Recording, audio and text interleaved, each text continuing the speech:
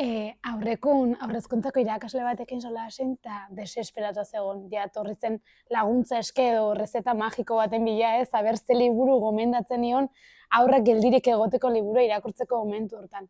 Ez zula arrautzen momentu egokia aurrak geldirik egoteko probatu. Zula goizetan, eguerditan, rekreotik bueltan, eta ez zela batek ere funtzionatzen. Beti zeudela ondokuk xirikatzen edo ondokoa molestatzen, ez zirela geldirik egoten, eta horrek oztopatzen zula liburua kontatzeko momentu hori. Eta orduan, etzakila zein, ja, probatu zitula pile bat liburu, baina batek ere ez ziola balio. Orduan, aber, zer egiten aldun edo nola egin, ez, momentu hori goxua izateko. Bai, azkenean ipuin bat kontatzeko, ongi kontatzeko badaude trukoak. Eta lehenbizikoa eta importantena da ez irakurtzea. Azkenean irakaslek askotan liburu hartu eta euskara jaso bat egiteko, euskara egoki bat egiteko egiten duguna da irakurri. Irakurtzerakoan galtzen dugu emozio guzia. Ez, eta tonua bihurtzen da oso lineala eta aurrak aspertzen dire. Orduan, importantea da ipuinak kontatzea. Zuk ipuinak kontatzen hasi aurretik irakurri historia, ulertu, eta ero egin zuria historia. Eta normalki ipuina zenbat eta gehiago kontatu, orduan da hobeki kontatuko duzu. Eta aurrak gero eta gehiago gozatuko dute. Bigarren klabe bat aitza importantea da tonoa, ahots tonoa. Irakurtzen ari bali mazara, egiten duzun tonoa da, eta orduan ikusi zuen. Baina tonoa da nahiko lineala eta monotonoa. Orduan, behar duguna da timbre aldaketak. Ez? Animaliak agertzen bali madire, saiatu animalien ahots timbreak imitatzen. Volumena jaisten bali maduzu hauniz, beraien arreta lortzen duzu. Momentu batin despistatu bali madaude, bagian volumena igotzen bali maduzu, beraien arreta albideratzen duzu.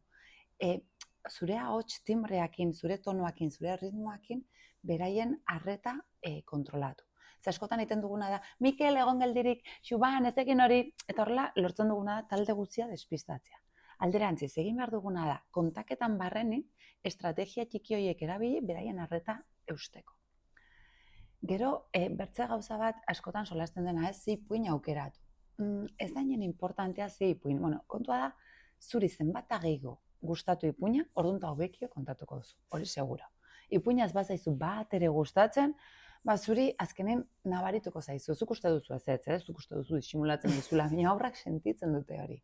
Orduan, aukeratu zure gustoko ipuina.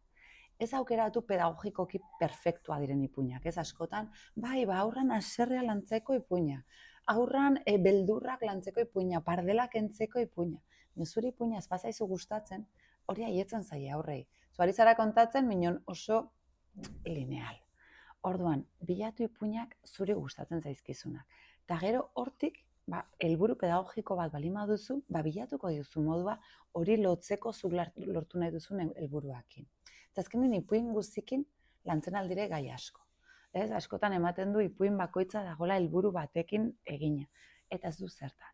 Ez, helburua da aurrak disfrutatzea, gozatzea, plazerretik bizitzea momentu hori, eta gero ja, pedagogikoki bere emozioak lantzeko landu nahi baduzu beraien arteko harremanak lantzeko edo auskalo zertako, agertuko dire bideak. Importantea da zuri gustatzea, eta zuk gozatzea momentu horrekin. Orduan pixko bat nik uste dut horrekin ez, zuri gustatuta, kontatu eta ez irakurri, eta timbre intensidade aldaketak egiten bali badituzu, eta egunero ipuina kontatzen badituzu, askotan kontatzen dugu igual, 3 egunetik behin ipuin bat, eta pixkot beldurretik bezala, baina arrotuko dire, orduan ez du funtzionatzen. Kontatu egunero, eta trebatu. Ipuinak zenbat eta gehiago kontatu, orduan eta ipuin kontalari hobia izango zara. Azkenen gauza guzik bezala esperientzia behar da. Eta ez etxi. Egun batean ez duzulako lortu ez pentsatu ipuinak kontatzen txarra zarela, edo aur talde horri ipuinak ez zaizkela gustatzen. Segi, eta ikasturte guzia pasatuta gero egunero kontatzen baduzu, seguro bukararako lortuko duzula ipuinak txukun eta zure gustora kontatzea.